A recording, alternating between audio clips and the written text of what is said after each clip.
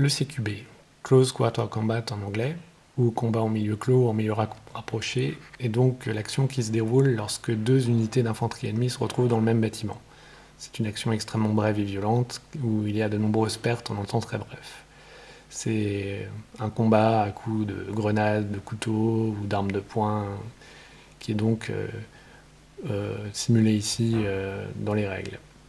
Donc dans ce cas de figure précis, on a 3 socles d'infanterie Scourge qui occupent un bâtiment à la recherche d'un objectif. Cependant, leur adversaire, l'UCM, a décidé de ne pas les laisser faire et envoie donc sa propre infanterie pour essayer de les en empêcher. Le joueur UCM va donc activer son battle group avec l'infanterie, qui sont actuellement embarqués dans un dropship Condor, qui va, tout en respectant les règles de transport, se rapprocher de 9 pouces du bâtiment. Il va donc déployer les 2 transports de troupes blindés APC Bear ici, les faire se déplacer à la moitié de leur vitesse de déplacement. Comme les 2 transports se retrouvent à 1 pouce d'une entrée, ils peuvent directement déployer l'infanterie de l'UCM dans le bâtiment. Ce qu'on représente en les posant généralement sur le toit. Il y a donc 2 escouades de 3 socles d'infanterie qui se retrouvent contre 3 socles, une seule escouade de 3 socles d'infanterie Scourge. Donc dans ce cas-là, puisque le Scourge est entré en premier, il s'agit donc de l'occupant, tandis que l'UCM qui est entré en second est l'agresseur.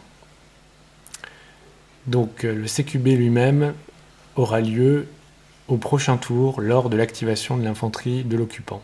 Donc imaginons qu'on arrive au prochain tour, c'est le tour du Scourge qui active son infanterie. Le CQB commence alors. Ce qui se passe, c'est que tout est simultané. On regarde sur la fiche d'unité la caractéristique CQB de chacune des 2 infanteries. Il se trouve qu'elle est similaire, elle est de 1, ce qui veut dire qu'on lance 1 dé pour chaque point de dégâts restant sur chaque socle. Donc dans ce cas de figure, le joueur Scourge lancera 15 dés, tandis que le joueur UCM lancera 30 dés.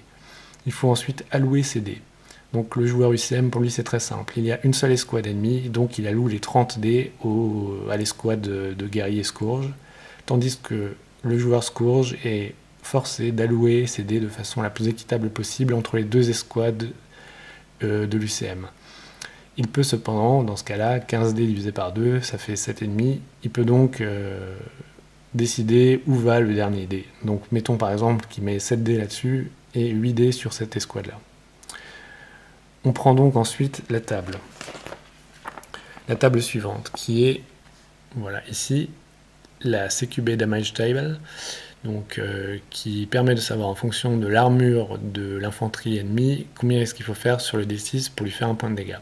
Donc il se trouve que les 2 infanteries sont identiques au niveau de leur armure, qui est de 2. Il faut donc faire un 4+, sur le D6 pour causer un point de dégâts. Le joueur Scourge commence. Il prend donc ses 15 dés. Il les répartit donc de façon la plus équitable possible. Donc il commence par 7 dés sur l'escouade en haut. Il lance. Et donc il fait 3 points de dégâts. Ce qui est représenté ici, on peut représenter par un petit dé. Voilà. Ensuite, il prend les 8 dés restants sur la deuxième escouade.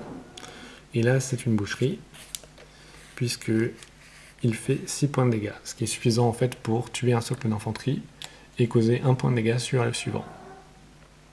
Voilà. C'est ensuite donc au tour du joueur UCM, même si tout est simultané, il a donc encore toujours ses 30 dés, comme si personne n'était mort. Je vais donc lancer 2 x 15. Donc sur du 4+, je crois que c'est un très bon jet. Et donc 1, 2, 3, 4, 5, 6, 7, 8, 9. Donc c'est déjà suffisant pour tuer un socle et ne laisser qu'un soldat survivant sur le dernier, sur le deuxième socle. Deuxième, donc pour arriver à 30. Donc j'étais à 9, 10, 11, 12, 13, 14. Donc j'ai fait assez de succès pour tuer tous les soldats du Scourge, sauf un seul qui reste survivant. Donc cela. Voilà, je retire donc 2 socles qui ont été tués. Et j'indique par un petit 4 que le dernier socle, il reste un seul soldat. Ce qui se passe dans ce cas-là, c'est que chaque socle qui a subi plus de la moitié, chaque escouade qui a reçu plus de la moitié de pertes, doit faire un jet de morale. Donc ce n'est pas le cas de l'UCM, qui n'a pas perdu suffisamment de soldats. Par contre, c'est le cas du Scourge, qui a perdu bien plus que la moitié de ses soldats. On regarde donc la caractéristique fortitude, ou le moral des soldats Scourge, qui est de 4+, si je ne m'abuse. On lance donc un D6 pour savoir s'il fuit ou pas. Donc je rate mon jet, et donc l'infanterie Scourge est obligée de quitter le bâtiment et de s'enfuir. Voilà, c'est tout pour le CQB.